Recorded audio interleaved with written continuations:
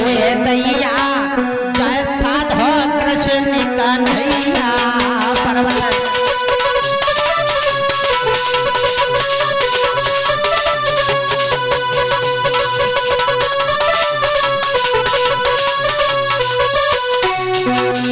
ग्वाल वाले चिल्लाए, वो पर्वत जगमग हुए दैया, जय साधो कृष्ण कन्हैया।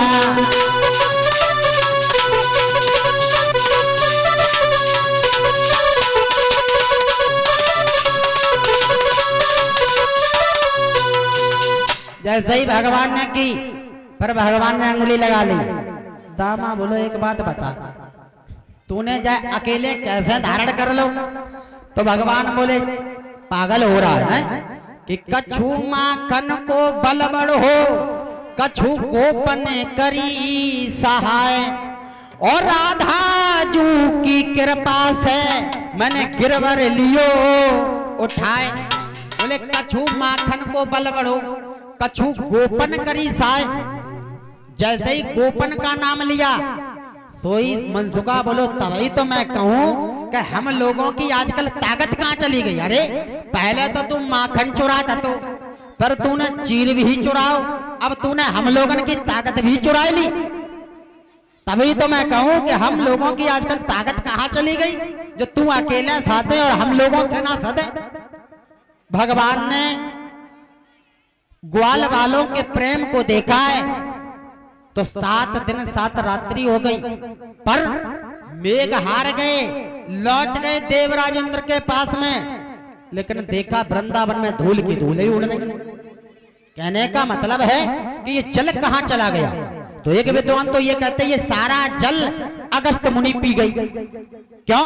कि जब भगवान राम को 14 वर्ष का वनवास हुआ, और जब वनवास होने के बाद में अयोध्या में आए, राम राजा बने, तो सीता माँ की एक इच्छा रहती थी संतों को भोजन कराने की। लेकिन राम जी के राज्य में जो भी संत आते थे 2-4 पूड़ी खाते थे, चले जाते थे, तो सीता जी का जी नहीं भरता था।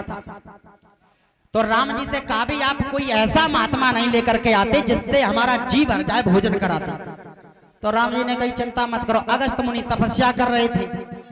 अगस्त मुनि से कहा महाराज अब तपस्या छोड़ो, हमारे यहाँ आपका भोजन है। अगस्त मुनि बरसों तपस्या कर रहे थे। अगस्त मुनि जी पहुंच गए। अब अगस्त जी मुनि बैठे भोजन करने के लिए। अब मैया सीता अकेली भोजन को बनाती हैं और इसके बाद में परोसती। लेकिन अगस्त मुनि सारा ही भोजन खा गई। एक दिन नहीं 5 दिन तक माता सीता ने भोजन कराया, अगस्त मुनि खाते ही चले जा रहे हैं। मैया सीता को बड़ी चिंता हुई, तो थोड़ी जब चिंता हुई सोचा चलो कोई नहीं ज्यादा भूखा होगा और खा लेगा संत महात्मा। इसके बाद में उन्होंने क्या किया, गणेश जी की जो पत्नी है तो रिद्धि सिद्धि को बुला लिया। अब गणेश जी रसोईया बन गई और जो रिद्धि सिद्धि वो बेल रही हैं पूरी को, मैया सीता परोस रही हैं। धीरे धीरे 11 दिन हो गए, 14 दिन व्यतीत हो गए अगस्त मुनि का खाते खाते। अब मैया सीता को थोड़ी थोड़ी गुस्सा आई, जब महात्मा है कछु और है, इतना भूखो महात्मा आएगा। धीरे धीरे 17 दिन हो गए। प्रभु राम निकले और मैया सीता ने टेढ़ी आंखों से देखा, ऐसे महात्मा लाए जाते।